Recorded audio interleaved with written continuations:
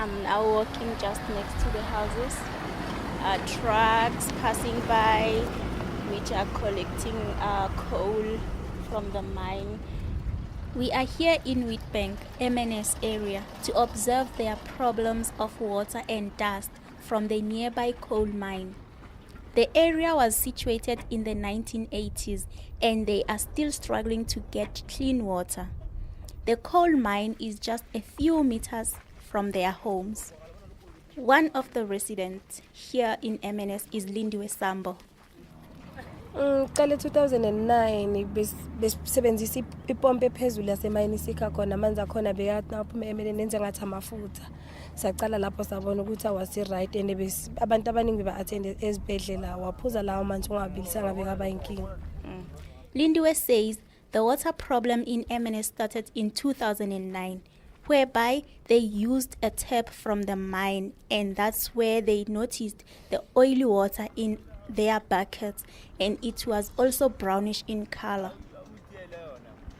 The family of Lindiwe Sambo started living in MNS in the 1990s after they were moved from where the mine is mining currently.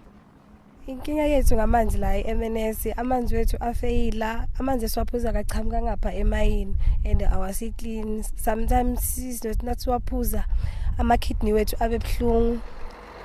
Lindiwe tells us that the water is very dirty in a way that when they drink it without boiling it first, their kidneys become painful and they get diarrhea. Especially the kids get more sick because they just drink the water without adult supervision. And nabantwana baphuza sometimes bayathulula bayahuda izisu zabo ziba loose. For years, the community of MNS have been struggling to get hold of the Emalahleni municipality mayor to resolve their problems. But nothing has happened, and instead of taking them to court like the neighboring area Carolina, they decided to forcefully kidnap the mayor of Emalahleni to MNS to see and experience the problems they encounter in their everyday life. The outcome of the whole situation was that the mayor made promises that are still in negotiations. Meanwhile, the Benchmarks Foundation made a call report, and David van Wyk is the main researcher of the report, working hand in hand with the community monitors. What should the people from those areas expect once everything is finalized? Well, I think the Benchmarks Foundation wants the monitors to identify with the issues that are raised in the report, and then we've got to take on the mining companies in terms of their grievance mechanisms.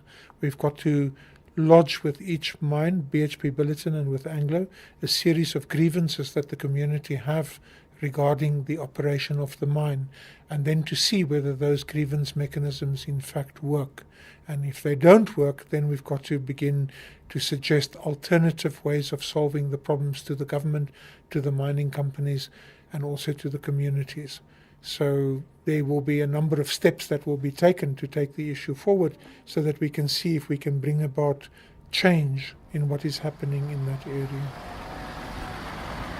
The dust, it's so black. This place, it's so dusty. The communities are living just close to the road and close to the mine. In Mpumalanga, MNS, the discussions with the mining company and the municipality is still ongoing, and the mine is shifting the blame to the municipality, says Lindiwe Sambo. Sisebhizi sakhulumisana nazo izimayini sibatshela ukuthi le sicela ushintsho ku community yethu, but bona bayafuna ukuza kithi kodwa babhaca ngomasipala izinto eziningi nekhansela lethu ukuthi li-involve kuyo zonke lezi zinto. This is a Benchmarks Foundation podcast made by Susan Morawa and Matthews Hlabane.